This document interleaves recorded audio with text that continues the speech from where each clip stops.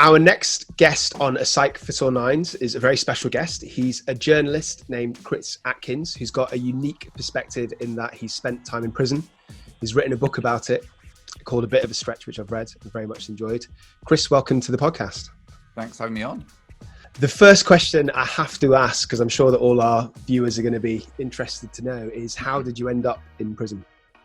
So I'm a filmmaker, journalist, and I suppose I specialised in making documentary films and made films for cinema, made them direct for television and news sites and stuff like that. And in the noughties, so in the 2000 decade, there was a culture where people would get their films funded by using tax avoidance schemes. So without boring you with the details, you'd have a lot of celebrities and bankers who earned a lot of money who wanted to avoid paying tax, and they would put their money into these very kind of complex financial beasts, really. And then we would get a trickle of money out of that in order to make our film. And this was sort of done on quite a sort of a huge scale. And there were massive problems with this whole industry. There was a lot of sort of exaggeration, and loopholes were exploited. And to cut a long story short, I made a film in sort of 2008 called Starsuckers, which used some of this tax funding, but the only way we could get the money was by sort of exploiting the loopholes quite aggressively with the guy who was running the fund. And we ended up crossing that line between tax avoidance and tax evasion, and it basically became a criminal enterprise. And we all got wrapped up in it. And I was prosecuted and got a 5-year prison sentence that started in July 2016. Okay. And how much of that time did you actually serve? So for fixed term prisoners like myself, we generally only serve 50% of the sentence actually behind bars. So it's a 5-year sentence. So you serve 2.5, and the other 2.5 you are rehabilitating out in the community, which is what I'm doing right now. So yeah, it was 2.5 years of incarceration. And when you were caught, or after you were caught, did you know straight away that you would do jail time? No, not at all. I mean, it's death. Financial crime is death by 1,000 cuts. I wouldn't recommend it. It's I was caught. When you say caught, I mean, I was first arrested in 2012, and I wasn't put in prison until 2016. So it was 4.5 years, which in some ways, I look at that time as bleaker than my time in prison retrospectively, because it's the uncertainty, which is a theme that comes up in my book again and again. It's this idea of not knowing your fate is actually often quite worse than the fate itself. So once I was told what I was going to get and I was inside, I was hugely relieved, because you think, well, that's that bit over. I've now just got to work towards getting out, and then it's all done now. And I imagine for that time period between 2012 till you went to prison 2016, you probably didn't know exactly when it was going to end. Would that be accurate? You didn't know? Had no idea what was going to happen, because you don't know if you're going to get charged. I mean, I don't want to bore people with the technicalities of the criminal justice system, but an arrest is just an arrest. I mean, people get arrested all the time, no further actions taken. So it was 2 years until I was charged, and then you were charged, and that means like we have solid evidence against you. We are going to take this to trial. But there were then, it gets quite complicated. With my case, there's lots of defendants. So there were 3 trials that took place before my own trial. And so for a while, because we were quite low down the indictment, we were seen as quite sort of minor players in the global conspiracy. So there was all these other trials that they went on for months and months and months. And for a while, it looked like it might happen. Then it looked like it would. And so I wasn't even given a trial date. It was just the can kept getting kicked further and further down the road. So by the end of it, I was like, look, can we go to trial now? Let's just do this. I can't handle this anymore. Because you can't really plan for your life, right? You can't plan. Not at all. Okay. Not at all. So when you actually went through the prison gates, can you please explain to us what was going through your mind? Well, you go in a little van. I mean, say little van, it's little compared to the prison. So you don't sort of walk in through the gates as such. You're in this tiny, tiny cubicle in the back of, those white Serco vans you see on the news. Yeah, Serco vans, I've seen them, yeah. So you don't really know what's going on. And I've never been to prison before. So it was also completely alien.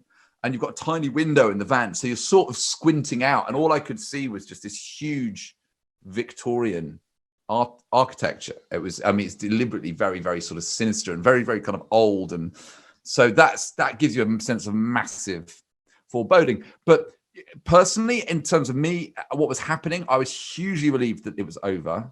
I was hugely relieved that the sentence wasn't as long as I thought it might be. Because at one point, the prosecutor and the judge were talking about 7, 8, 9 years. And I mean, they do that to shit you up, basically, and it works. But then when I got the 5, I was like, oh, God, well, that's not as bad as I thought it was going to be.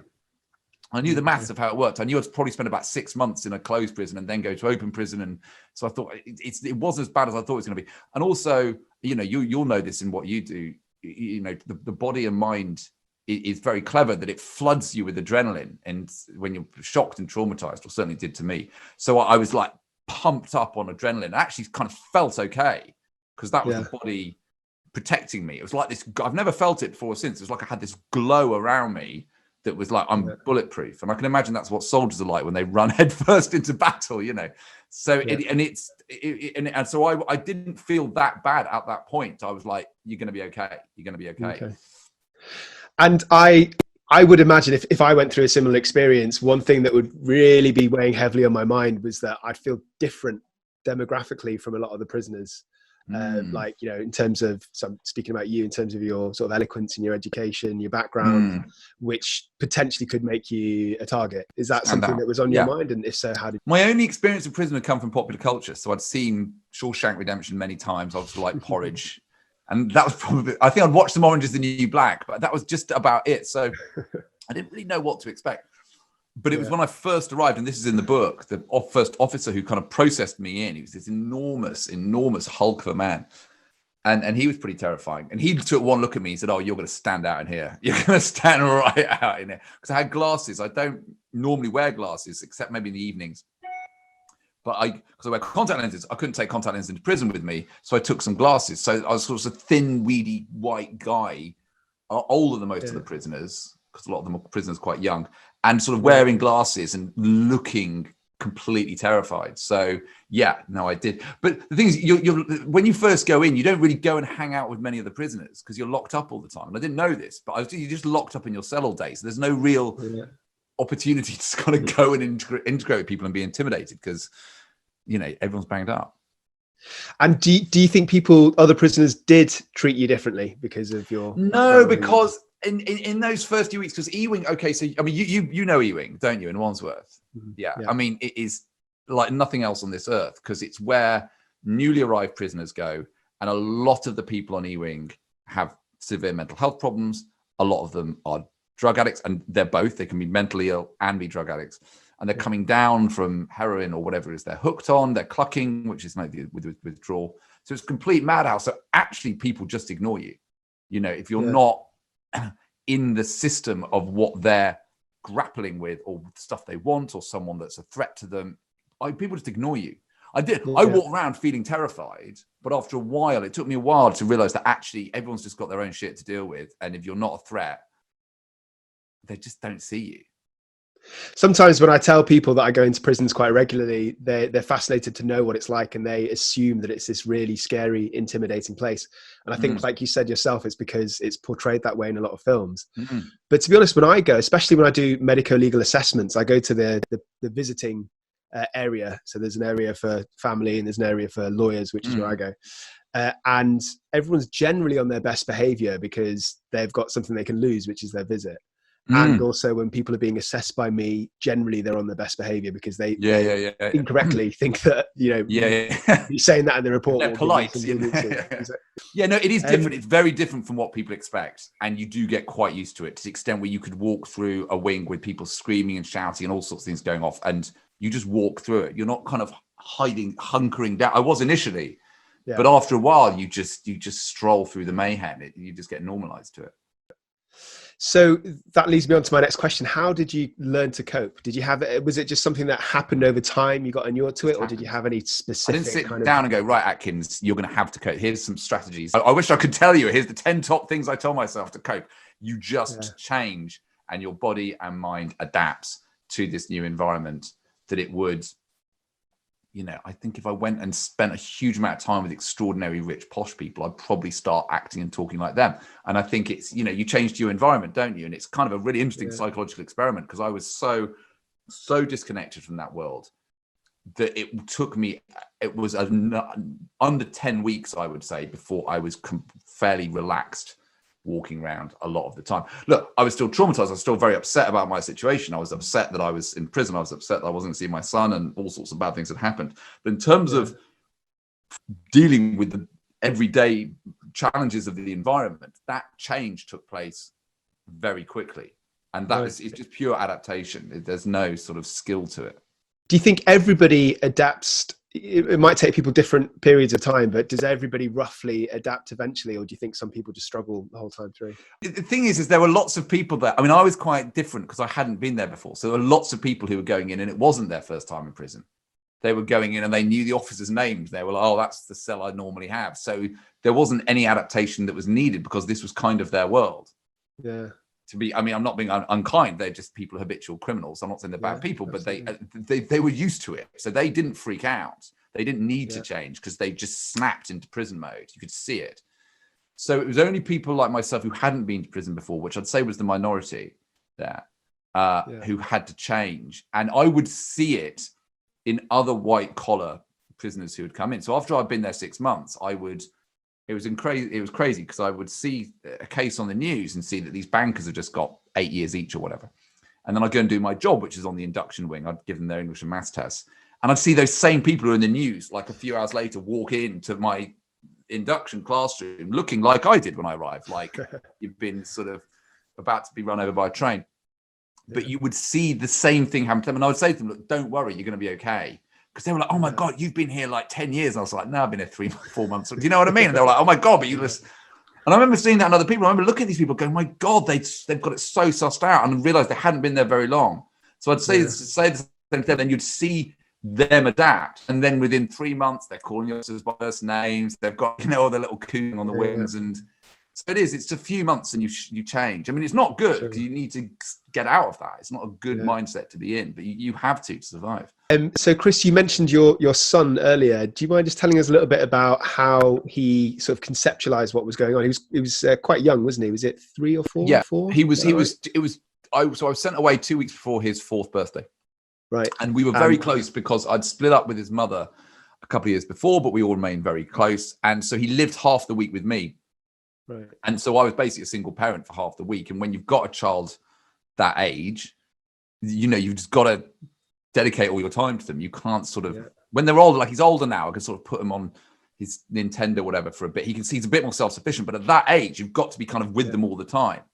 So we were very, very close and he would sleep in my bed. So when I went away, it was a really, really brutal separation. And you think he understood like where you were going and what it meant? No, he's still coming to terms with that now. We talk about it now, and he's 8, and he talks to me about it all the time now, actually, all the time, but quite a bit. And he's still trying to process it. He's still saying, "Well, Daddy, why did you?" He's like, "Why did you go to the cash point to get the money?" That's what he keeps saying. "Why did you take it from the government?" I was like, "Well, didn't have enough money in the bank." Yeah. So he's trying to, because kids think the world of their parents, especially at this age. I think their dads are the best thing in the universe. So for them to equate that with the fact that you did something wrong and you went to prison, but hang on, a prison's where bad people go and you're not a bad person, it's confusing. So, and he's coming to terms with that now. So age 4, it was just like, where's my dad? Absolutely. But he wasn't traumatized by, in my podcast that I do, I talk to his mum. I interview his mum about bringing him to see me. So it's really interesting. I got like the other side of the perspective on this. Yeah. And her feeling was that when she came to visit me with him, he wasn't freaked out by it because he was too young to be sort of scared and unsettled by the authoritarian nature of prison. And trust me, Wandsworth is the most terrifying, like physically imposing prison you can probably see. And he didn't get freaked out by that at all because he was too young to sort of get the cues that saying, this is sinister. And it was the place where Daddy was. So he loved going to Wandsworth because he get to hang out with me for an hour. So he didn't get really scared by it. I had friends who had kids who were 7, 8, 9, 10 who were really screwed up by it because when they turned up, there's the gates, there's the alarms, there's the keys, there's the gruff officers. And it was very, very scary for them to go through. But Kit was like running up and playing with the dogs and saying hello to the officers and all the telly's on, that was, and there's Daddy. So he was very upset by the separation, still is. But the act of coming into prison didn't seem to damage him that much, fortunately. So when I've done legal visits, different prisons do it differently, but a lot of them they mix the legals with the socials. So you're in queues. It's the bit that I dislike the most about prison visits is just the waiting. I don't mind actually going to prison at all; it's not a problem. But you spend so long in the waiting rooms, going through the gates. And all that. Going through the securities and going through all their little rules and jumping through their hoops. And I do often see probably most, if not every visit, that there are children, sometimes babies and sometimes toddlers. And it makes me feel, and this is probably a problem with me actually than anything else, it makes me feel a bit awkward because I just feel like, just uncomfortable with the concept of these kids just running around and playing in such a kind of potentially dangerous and dark place. Yeah. And I guess I'm asking you now, so you maybe feel uncomfortable because you're slightly part of the system. Yeah. In a sense, you've got to sign a piece of paper saying he shouldn't come out or whatever it is. You're part of it. You're not an officer, but you're part of it. Yeah, that's true. That's true. And it kind of, I suppose I never really thought about it this deeply, but your daddy I'm part of the system that's maybe keeping your daddy behind bars longer than if I said something. For very good reason, I'm sure, but you've got an active role in it. Yeah. So, Chris, you mentioned white collar workers before, and one of the most interesting aspects of your book for me was the fact that you were very open with the fact that you kind of cliqued together with other white collar workers, and you were all collectively able to play the system much more efficiently than the average prisoner. Do you mind telling us a bit about that, please? Yeah, I mean, I think you from watching popular culture, you think that the prison is kind of controlled, or the most senior, influential people in the prison will be either the most violent or the person who runs the criminal gang, you know, the Mr. Big, you know, Mr. Bridger in the Italian shop, you know, that kind of thing. And it's not like that at all. It's people like myself who were sort of middle class, quite well educated, and also could see how systems worked. Now, for me, you know, film is a system. It's a series of quite fiddly processes, or people who worked in banking. Banking's a system. So we generally understand how things are supposed to run. And you can see that Wandsworth was a deeply failing institution, but you got to grips reasonably quickly with how to get anything done, or where the loopholes were, which you could exploit. And so that meant that we were quite good at getting out of our cells, at getting a prison job, which meant we could get to a different landing. We could call our children. And we quickly worked out how to sort of make the system work to our advantage. And then we would share that information among us. And then, and it was me and bankers, and like my first proper cellmate, the guy called Martin Dodgson, who was the former managing director of Deutsche Bank, and he got done for insider trading. The LIBOR riggers were there. So I didn't necessarily seek them out, but you seek people who are more like you. And in that, I don't hang around with bankers in the outside world, but in that prison, they were the closest to me. There weren't any other media film types. So bankers were the next closest thing. And you know, and they just seemed to have life, I wouldn't say great because they were in prison, but, you know, initially you're locked in a cell for 23 hours a day. So you do anything to get out of the cell. And these guys were out their cells all the time. And you could see them. You'd look at your little slit and you're going, why are they out? Why are they on the phone? Why are they having a shower? So you then talk to them and they go, oh, well, I do X, Y, Z. And so you sort of, the clique sort of happens that way. So do you think these are the people you're talking about, your friends, are they generally very resourceful people? And they're resourceful on the outside to become successful, resourceful in a kind of rule-breaking way to have committed before they committed, and then also resourceful. The thing is that rule-breaking to a certain extent, but I think it's just making the best of what little you have, and also being very kind of charming and being able to engage with authority. Like I've been a documentary filmmaker for years. I've been a journalist. So I've been on riots, and you go up to the police and say, hi, you know, what's going on? I talk to the police all the time. I've interviewed the police in films. And so I'm aware of authority and criminal justice and that sort of thing. So it wasn't a problem for me to walk up to an officer and say, oh, good morning, officer. You know, are we going to get out for exercise today? But most people in the prison system, the only way that they engage with authority is with violence or by saying no comment. Okay. So for them to even have a conversation with someone in authority is a very bad idea, but you need to have conversations with them if you want to get out your cell, you want to have a shower, you want to get a meal or whatever it is. So just by dint of us being able just to be able to go and engage with authority and try and get something out of them made us much more successful in getting the sorts of things that we wanted. So the average prisoner that's not you might be resourceful in many ways, but their kind of their culture and their upbringing isn't to cooperate with authorities. Absolutely if they're seen doing that too much in front of other prisoners, absolutely then it's going to cause the problem. But it's a paradox because you need to cooperate. If you want to get your kids in for a visit, you need to engage with authorities. And because prisons are stuck in this bizarre time warp, meaning that, and this was the other really shocking thing when I went in, it wasn't so much the violence, it was admin.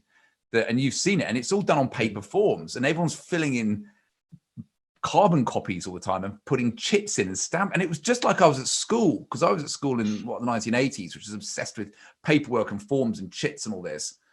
And obviously that's now completely gone from the education system, but it's still there in prisons. So, but I can fill out a form. I can write reasonably quickly. I'd fill out a form and make sure you put all the information in and make sure you do 2 copies and stuff like that. So I could kind of go, okay, yeah, it's paper system. But most people, a lot of them couldn't read or write. So they couldn't even fill out the form. So if they wanted to get their jacket out the stores because it was really cold, they didn't know how to do it. So I'd say, oh, I'll fill in the form for you. I'll do the form. So I became very good at prison admin, basically. And it sounds like you got some prisoners on your side from being able to do that. Hugely. I mean, I didn't advertise my services. They just turned up at my cell. And I think people who've been in the system a while said, oh, go to those middle-class white-collar people. They'll help you out. Because we would. Because these were huge guys, and you're like, oh yeah, I'll fill out a form. Then they come and give me some chicken afterwards or something. You know what I mean? It was a friendly exchange of help. Okay, which I have to ask you: were there any times where you felt very threatened, or any characters that you met that were unfriendly? I did initially, but it was more me doing that to myself. So I'd be very, very scared of someone.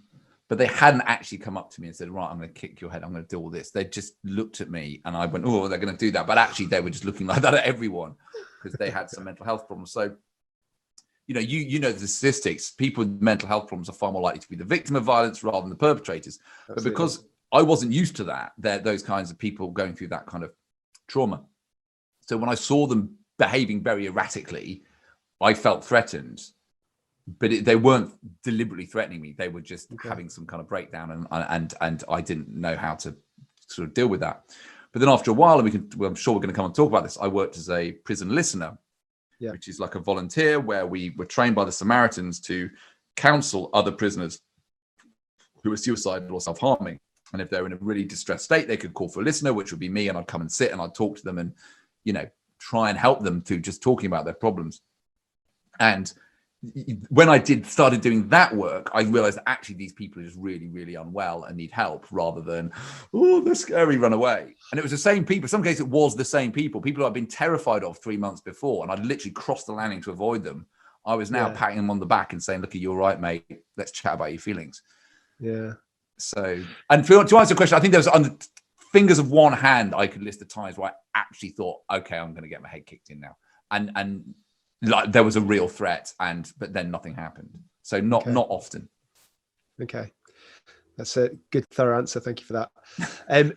Mental illness in prisons obviously is something that we both that we have to talk about because it's kind of an intersection of our experiences really, and we talked about it a little bit already on your podcast. So from your podcast and also from reading your book, you said that you would walk around the wings and every day you clearly see people that were just completely unwell. Do you mind telling us what that was like? What sort of things you saw? Yeah, I mean, it was, I said it's not really a prison. It's a warehouse for the mentally ill, except they're not being treated. And I know obviously you guys doing great work when you allowed access in, but the most people I saw there weren't getting any kind of treatment. And there was a huge amount of self-harm. Yeah. And where the line is between self-harm and a suicide attempt, I don't really know, but there was people in that space, a lot of them in that space. And their distress was treated as bad behavior. That's what I found absolutely extraordinary. There were people who were screaming and they were crying and they were punching the walls and doing and smashing this and other stuff. And they'd get told off and punished. But it's like, they're sick. You're punishing sick people for being sick. And then guess what? And then they act all surprised and they don't stop. It's like, no, it's not a punishment training situation. They're just really fucked in the head and they need medication or something. They need something other than being locked in a cell for 23 hours a day, which is what you're doing to them. So it was both the distress from these people who are very, very ill and also the way that the system treats people like that, which is to brutalize them even more and to punish their mental illness. And as a consequence, when I arrived in Wandsworth, I had the highest suicide rate in the UK, and I could see why. It's like a suicide factory. So I found that extraordinarily upsetting. I still do. It's the one thing that sort of I lie awake at night and think about is these often very young people with terrible mental health problems are not getting any help. Right. That is absolutely tragic. Do you, from reading your book, in your role as a listener, some of the people you saw, if not most of them, were really unwell. Like it seems like they were beyond somebody, beyond chatting to. Do you feel that what you did made a difference, or could it make a difference with the kind of some? Yes. I mean, yes. Yeah. I think the way you know it made a difference, and it was only often temporary. I didn't solve their problems. I didn't give them the medication they needed. I didn't, I wasn't doing that. But they basically, the other prisoners didn't want to know. The officers certainly didn't want to know, and they weren't getting any kind of psychiatric treatment. And I was the one guy who would say, "Oh my God, are you okay? I'm really sorry. Let's sit down, have a chat. Do you want a cup of tea? Tell me how you're feeling."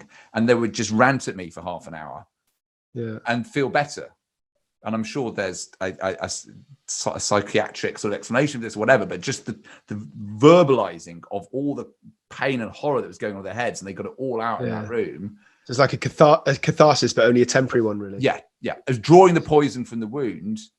And then they go back to the 23-hour bang up. They go back to the fact their parents, their kids won't talk to them. They go back to the fact that they're hearing voices.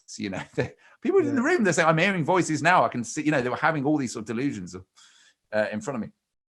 And was there any kind of mental health presence? Were some people seen by psychiatrists and mental health nurses? Some were. I wouldn't say it was zero. I wouldn't. I just think they were completely overwhelmed. I think there was such a layer of bureaucracy. Like, if you wanted to see the mental health nurse, you had to fill in a form, and these guys some of them couldn't speak English.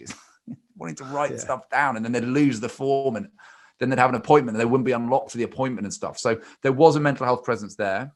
They were totally overwhelmed, and they were hamstrung, as every other department of that prison was, by lack of officers, which meant they struggled to get access to the prisoners. And you said in yourself, when we talked for my podcast, you're trying to do a medical examination through a 4-inch steel door with a tiny glass slit. Yeah. And you're trying to, and I would see that. I would see people sort of trying to do the same thing. And obviously that's not going to be very effective. Yeah. So it was there. It's just they were, and I'm sure they were very good at their job and they're working very hard. There's just not enough of them, and they're hamstrung by officers not being there to unlock prisoners. I remember so I've worked both as a prison psychiatrist within one particular prison, so going there a couple of times a week. But now I do more work, ad hoc medico-legal work. So somebody needs a court report for their trial. And in both scenarios, I can completely relate to exactly what you're saying. So when you're in prison, prisoners disappear, or you ask to see them again, and then they don't turn up, and then you see them months later and they never got the appointment slip.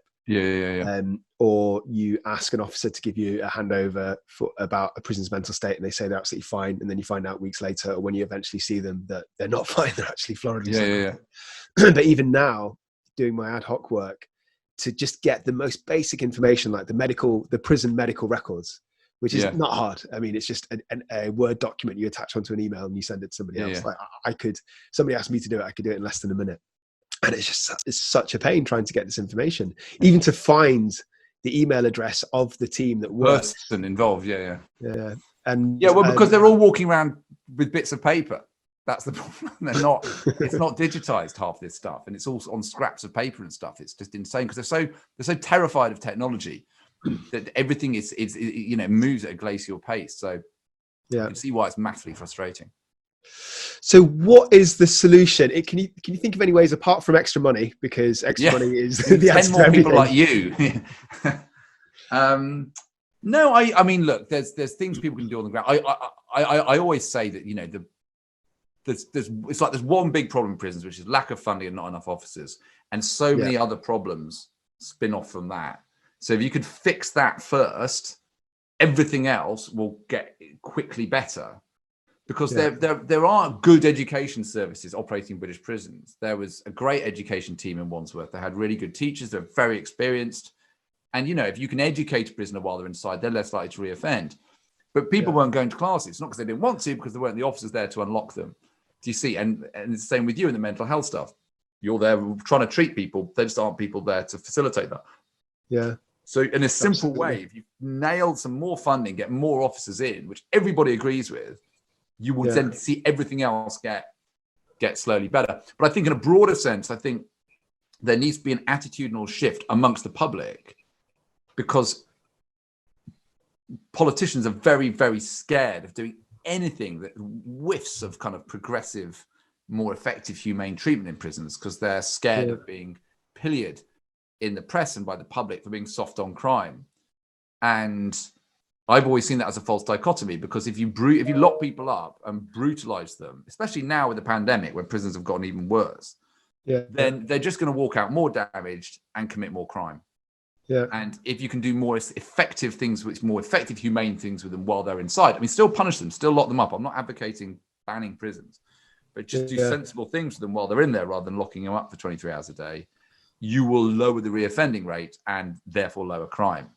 It's just a more nuanced argument than sort of lags on holiday, holiday camp prisons, that you need to get beyond that and say, actually invest in proper criminal justice now, and you will have fewer victims in the future because people are, I don't want to say fixed, but there's some of their problems have been addressed while they're inside.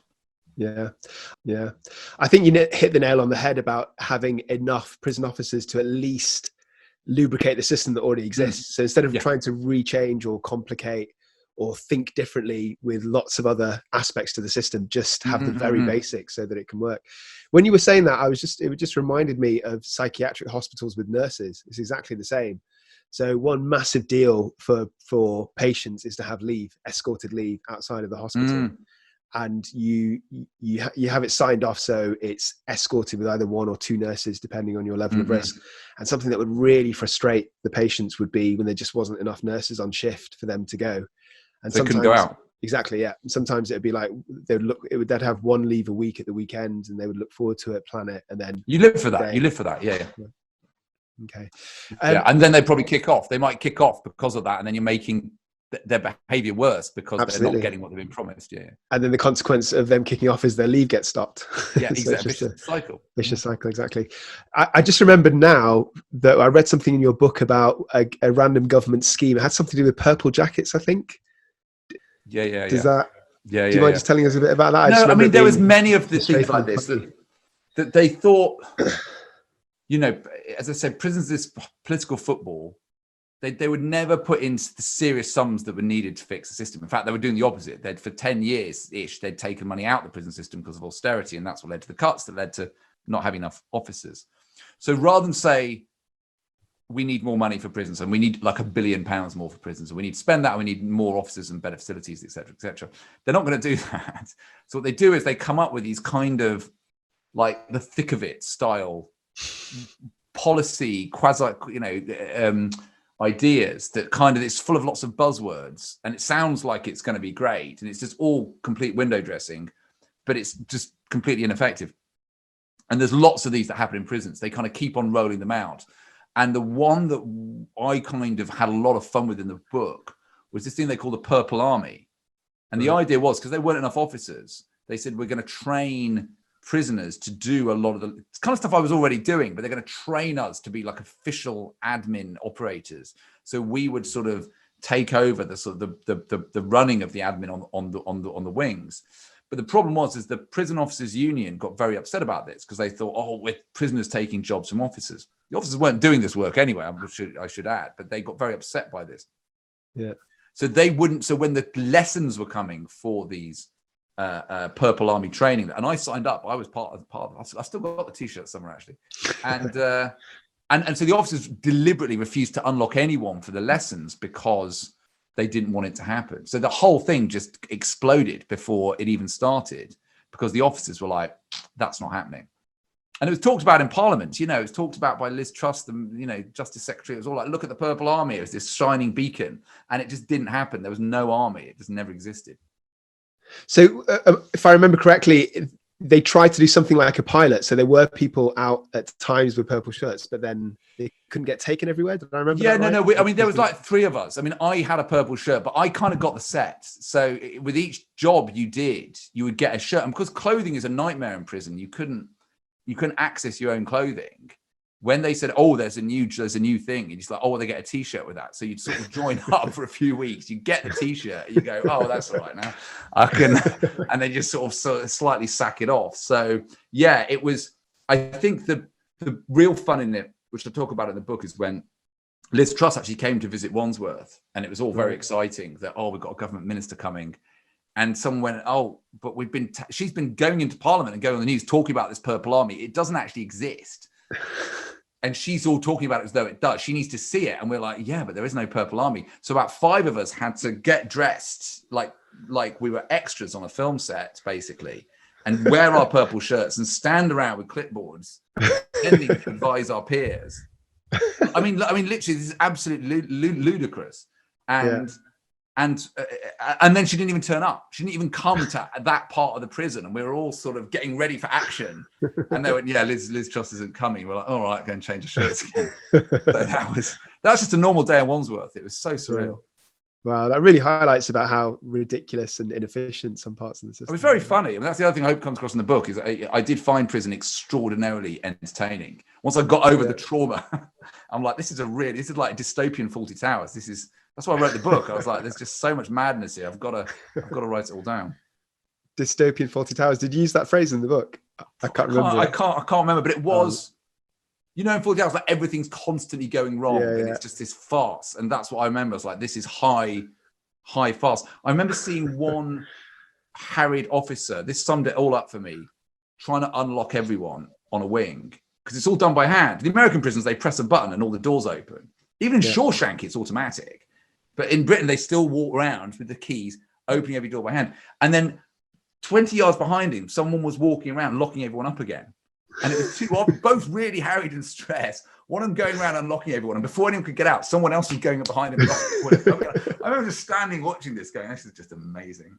So what was that about? Did the first guard not know that the second guard... I didn't go and interview them. I just sat, because you can, wings are enormous. So you could see up. You've got your different levels, your 2s, your 3s, your 4s. So I was on the 2s, but I could look up to the 4s was always where the chaos was, where they put all the really troubled people.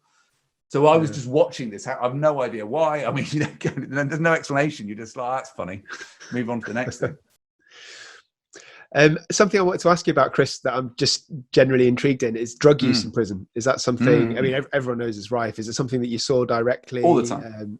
All the time. I didn't myself. I was very good in prison. I mean, I'm not going to get too much into drug taking before prison, but spice is the drug du jour inside, and you look at the people on it, and they're not a good advert for it. You know what I mean? They're not like, let's see someone in this vegetative state with glazed eyes, sick coming out their mouth, and you think, yeah, give me some of that. So spice is a synthetic form of cannabis. It can be manufactured very, very easily in the home. It's doesn't show up in drugs tests because they can keep changing the ingredients. It doesn't smell, so sniffer dogs can't smell it, and it's very, very cheap to make and get into a prison. You can get it in all sorts of ways. You can dip paper in it. You can post it in, chuck it over the wall, whatever. So it's just become the drug of choice in prison. Yeah, and you see people on it. It just absolutely knocks people out, and a lot of people with mental health problems use spice to self-medicate because they can't get proper medication. So yeah, it was just everywhere and so blatant and so much of it that there's nothing the officers could do. It's like King Canute with the tide. There was just no way they could do anything to really prevent it happening. And huge amounts of money to be made out of it. The problem with spice from the perspective of a forensic psychiatrist is this, because it's only a temporary psychosis, you can't really get anybody into hospital because the waiting list for hospital, as I was talking on your podcast, are just astronomical. So even if you put somebody on the waiting list, by the time they actually got transferred, they'd have sobered up anyway. And the consultant that's accepting them on the other end is not going to knowingly accept somebody that's going to get better in a few days or a couple of weeks compared to somebody with intractable mental illness. So you can't really send to hospital. You can't medicate anybody in prison against their will. You can for an absolute emergency to give them like a sedative as a one-off, but you can't do it regularly. So you can't give them antipsychotics against their will. You can in a hospital. So if the patient or the prisoner doesn't have any insight or doesn't want to be treated and doesn't take all medication, then there's pretty much nothing you can do. You can just keep an eye on them and hope they don't die. And if they have cardiac problems, then you can send them to hospital. But aside from that, there's not much you can actually do. No, I mean, and it's the spice attack, isn't it? That was the first time I saw it, scared the life out of me. People, they do look like they're dead or dying when they have these. And you would hear them. You'd hear these thumps from theirs and they go, oh, that's another one. They just go down, don't they? It's really quick.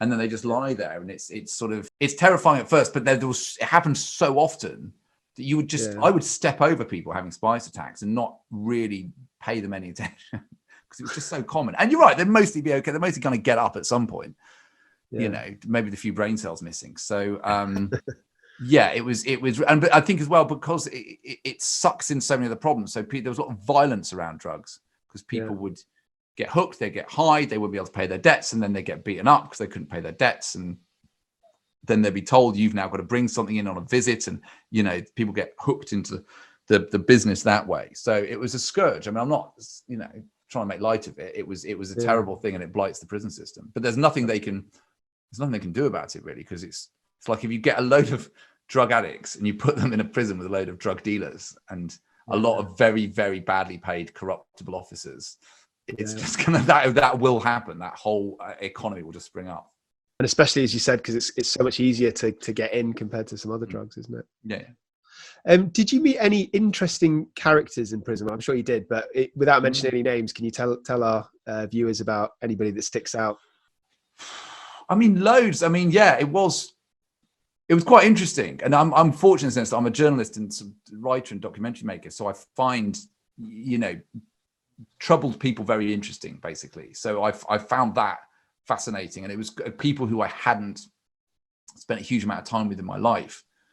You know, I've come from a very, very kind of privileged media bubble. And then suddenly you're right into the deep end. So yeah, no, I mean, everything from people who had, you know, spent their whole lives in and out of prison for running huge drug import-export businesses to people who killed other people. I mean, it was just like every day, really, there was a new kind of cast of characters who sort of slope in. The insight, the thing I took away from it was, I think I did what a lot of people on the outside do, which is you define the person by the crime. So you think, oh, he's murdered someone, he is a murderer, therefore I'm going to think of him as a murderer. He has set fire to something, he is an arsonist, I'm now going to picture you, that defines you. And you very quickly just realize, I know it's stating the obvious, no, they're just people who did that one thing, sometimes more than one thing, but they've got this whole life and personality that is not anything to do with that one thing they did 15 years ago. And actually, and I found this out when I went to open prison. So that was the prison I went to when I got out of Wandsworth, where there's a lot of lifers there. Lots of people who'd committed murder, they've got a life sentence, but they're coming to the very end of their sentence. They're about to be released. And I got on with those guys absolutely fine. I was on a landing full of lifers. At one point, the majority of people on my landing had killed someone. I was in a minority there because I hadn't ever killed anyone. And I'm not joking, we'd all leave our doors open. I would go in and at people, I say, if you want anything, you just help yourself. And lifers were great because they'd been in the system so long, they respected the system. And they had so much to lose. They were almost out. They weren't going to start nicking things and getting into fights. And they might lose another 5 years of their lives. Like, they're going to behave. So they were great to get on with. And the people who were in on 3, 4, 5 month sentences were a total nightmare because they didn't care. They were young. They were hyped up. They were really aggressive. And not all of them. But so it was weird. So the people who'd done the worst thing, I got on best with. And the people who'd done the most minor things, I didn't have any time for. When you were saying that, it made me reflect about my time on the locked psychiatric units. So when I've worked in prisons, for the medical legal assessments, I generally only ever see them once. When I was working regularly inside a prison, you do get to know the prisoners to a degree, but it's such a huge beast. Sometimes you don't see them for weeks on end. When you're in a secure unit, you see them on a daily basis. You really get to know them intimately. And what you said is absolutely right. Sometimes when you throw mental illness in as well, sometimes the offence they've committed is so far removed from the person that you see in front of you, especially if they were completely psychotic and out of their mind at the time. So I've seen people that have killed people and they're just, you absolutely wouldn't think that of them because they're very placid, very timid, very quiet.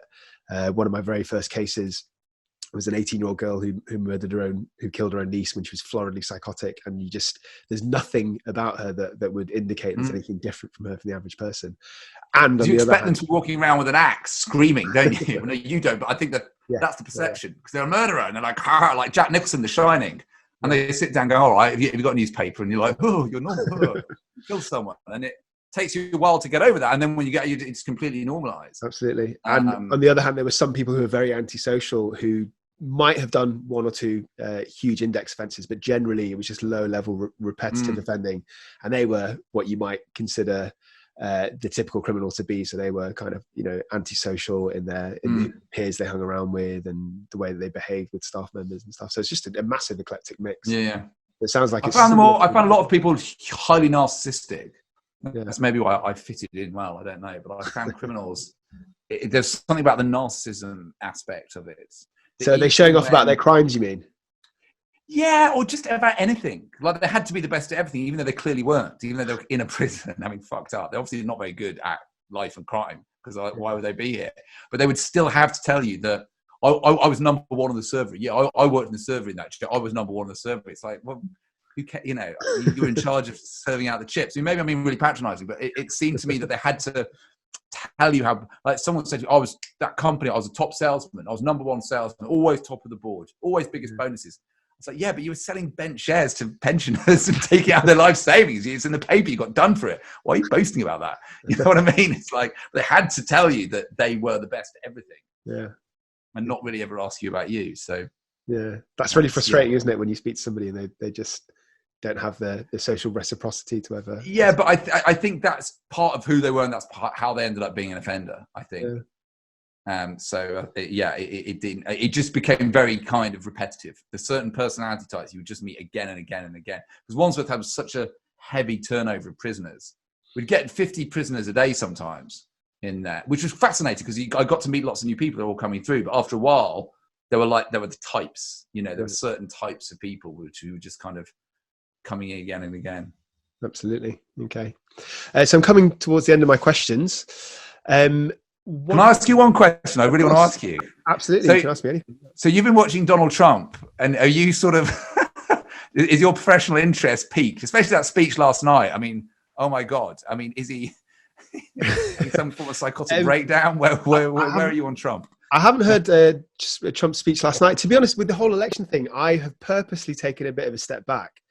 The reason being is because I think, actually, because I work in a court, and I went into work a couple of days ago, and my colleagues were obsessively getting updates every couple of minutes, to the point that even the tiniest little bit of information was being spread around the office. And I was just like Arizona and Georgia and all this stuff. Yeah, exactly. And I was like, this is not healthy. Why do they care that much? So I've taken a step back for the election results. I don't care whether I find out tomorrow or in a week. Or even in a couple of weeks. It doesn't. I don't need to stop the rest of my life. But that's not what you asked me about. Donald Trump himself. I mean, it's not the way that he is not surprising compared if you consider his background. So he was born a multimillionaire. He's given everything to him on a plate. He financially ruined lots of different companies that he owned, but presumably was still given this positive feedback. So if you have somebody that's, and I imagine I'm making some assumptions here, but I imagine he probably didn't have a lot of care and attention from his parents, given that his dad's also like a billionaire mogul. So if you have all these factors combined, nobody ever tells you that you're wrong or says no to you, then of course you're going to be a narcissist. And if you mix being a narcissist with a billionaire, where you surround yourself with people all the time who never question anything that you do and never tell you that anything you've done shit, even if it is, then you will end up with somebody that's power hungry. So I like a lot of sort of intelligent people. I question everything that he does and says, and I don't like the guy. Like deep down, I just really dislike him. I think how he's refusing. I think there's a cognitive dissonance happening right now, where he just cannot accept the fact that he's losing, and he's probably going to lose. And the reason the way it is, and that's because he didn't run a good campaign. And he's just, I genuinely think he cannot get that through his head. It's astonishing that everyone else in the world has got it except him. Because I'll tell you why. It's because he is a toddler. He's a toddler who doesn't have a parent to say no to him. So he's not going to learn. If you don't tell a kid off, then they're not going to learn, basically. And that's happened to him in his life. Fascinating. But the other thing, this is going off topic a bit, is I don't know why he wants to be president, because he's not good at it. He doesn't actually seem to be enjoying it, and he spends most of his time arguing with other people. And like, it seems that he's only really interested in kudos, money, and possibly women. And he already was getting those three things anyway in his own little bubble. So I've always wondered what he actually gets. I thought it'd be more gracious to throw a towel. You're right. He doesn't seem to enjoy it. But if you do get a second, find the speech that he did. It was 6:30 Eastern Standard Time, so 11:30 our time last night. CNN ran the whole thing, and it's absolutely extraordinary that anyone will give a speech like that, let alone the leader of the free world. So if you want some popcorn, I'd check it out. Okay, I will.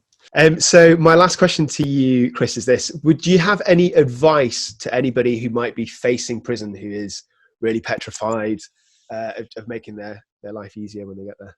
I think your nightmares are worse than the reality.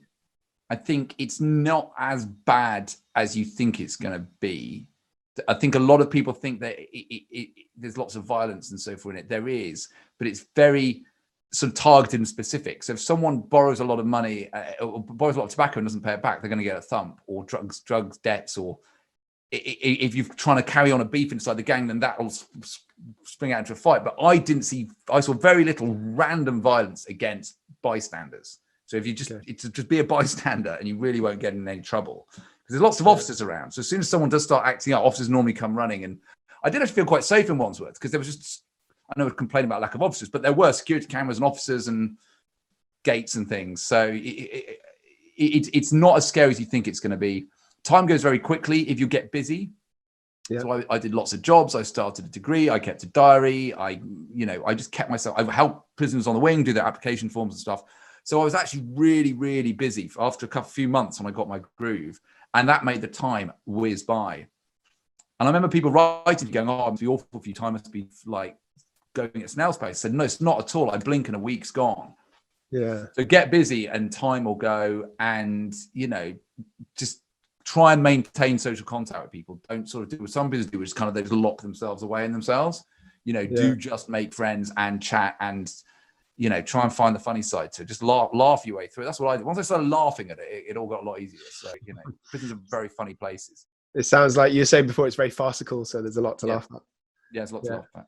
It just reminded me a little bit of COVID when you were talking there. So some people have become very isolated, insular, really bored, really low, whereas some people have rejuvenated their lives by finding sort of interests and hobbies and really kind of filling their time. I think there's a danger of people to socially isolate as well as physically isolate, and I think that needs to be, you've got to be careful with that, because I do the same. I find I'll suddenly go for days and I haven't actually spoken to anybody other than my son, or if I haven't got my son, it's like 3 days I haven't spoken to another human being. So I've got to kind of force myself to call my friends and stuff, because otherwise you can go a bit doolally and quite depressed, and insular. So and you need to force yourself to reach out to people. Chris, it's been an absolute pleasure to have you on A Psych for Sore Minds. Thank you so much. Really interesting story. Thank you for coming on. No, that's great. And I've learned a huge amount from you as well. So thanks for your input. It's a pleasure. Do you want to plug your podcast for our listeners? So the book I wrote, it's based on my diaries. It's called A Bit of a Stretch, and it's out in paperback now, so that's quite cheap. And when I got out, I stayed in touch with a lot of people I met in prison. As you said, they're very interesting characters. So I then started recording conversations with ex-prisoners after we got out about the book's about my experiences, and this is all about their experiences. So it's me interviewing ex-prisoners about their time in jail. And I've edited all that together to a podcast series, which is also called A Bit of a Stretch. And I think I'm up to episode 6 now. I'm working on episode 7 at the moment. So they're like 25 minute podcast episodes centered on different theme. Again, human interest stories, a bit of humor, a bit of scary stuff, and trying to understand why prisons are sort of failing as much as they are. Yeah. I can vouch for Chris's book and also his podcast. I have read and listened to them. Having you been on one of the episodes? I have, yeah. The thing about your book is it's not just about, it is about your experience, but it's not just that. It's also you kind of challenging the fact that white collar, well-educated people have an advantage in prison, and also the prison system itself. Yeah, I talk about the issues as well, but I kind of get into the issues through the characters, because I think if you just talk about issues, it becomes something like an essay. So the way I've structured it is we meet someone who's a fascinating, colourful character. We hear a little about them. There's a couple of jokes in there. And then from the character, I then go, okay, this is the problem that they have, and this is why it's made worse by the prison system, et cetera, et cetera. So there's little text pull-out boxes where I talk about offending rates and stuff like that, but it's always done sort of through the eyes of these characters.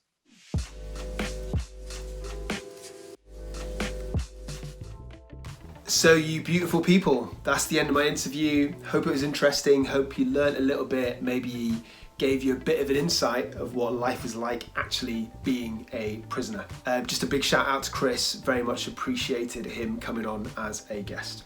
So in terms of my news, I recently attended the online event of CrimeCon House Arrest. That was on Saturday the 21st. It was a great event, really interesting. Had loads of expert speakers all around the globe talking about true crime. It's very similar to what I'm going to be part of, which is CrimeCon UK, which is going to be in June 2021. Hope to see you guys there. If you're interested in getting a discount, see the details below.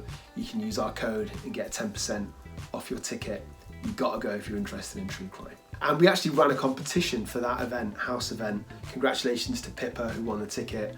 Hope you managed to go, hope you enjoyed the event as much as I did. In terms of my news, I have recently been a guest for the second time on the podcast called Riddle Me That, which is hosted by Jules. So she did an interview, she was asking me my opinions on the suicide, although to be honest, it looks more like a murder that was set up, of a young woman called Rachel Zahow. So it's a really fascinating case, you got to go check it out. Big shout out to Jules, she's always good fun to chat with on Twitter and has always been a supporter of our YouTube channel. I've also done an interview recently with Crime and Investigation. So they're a big true crime organisation. It should be out on their website soon, so go check it if you're interested in knowing a bit more about my job working as a consultant forensic psychiatrist. So we've been offline for a little bit, and that's because my producer, promoter Bethany has been working tirelessly behind the scenes to rebrand our whole channel.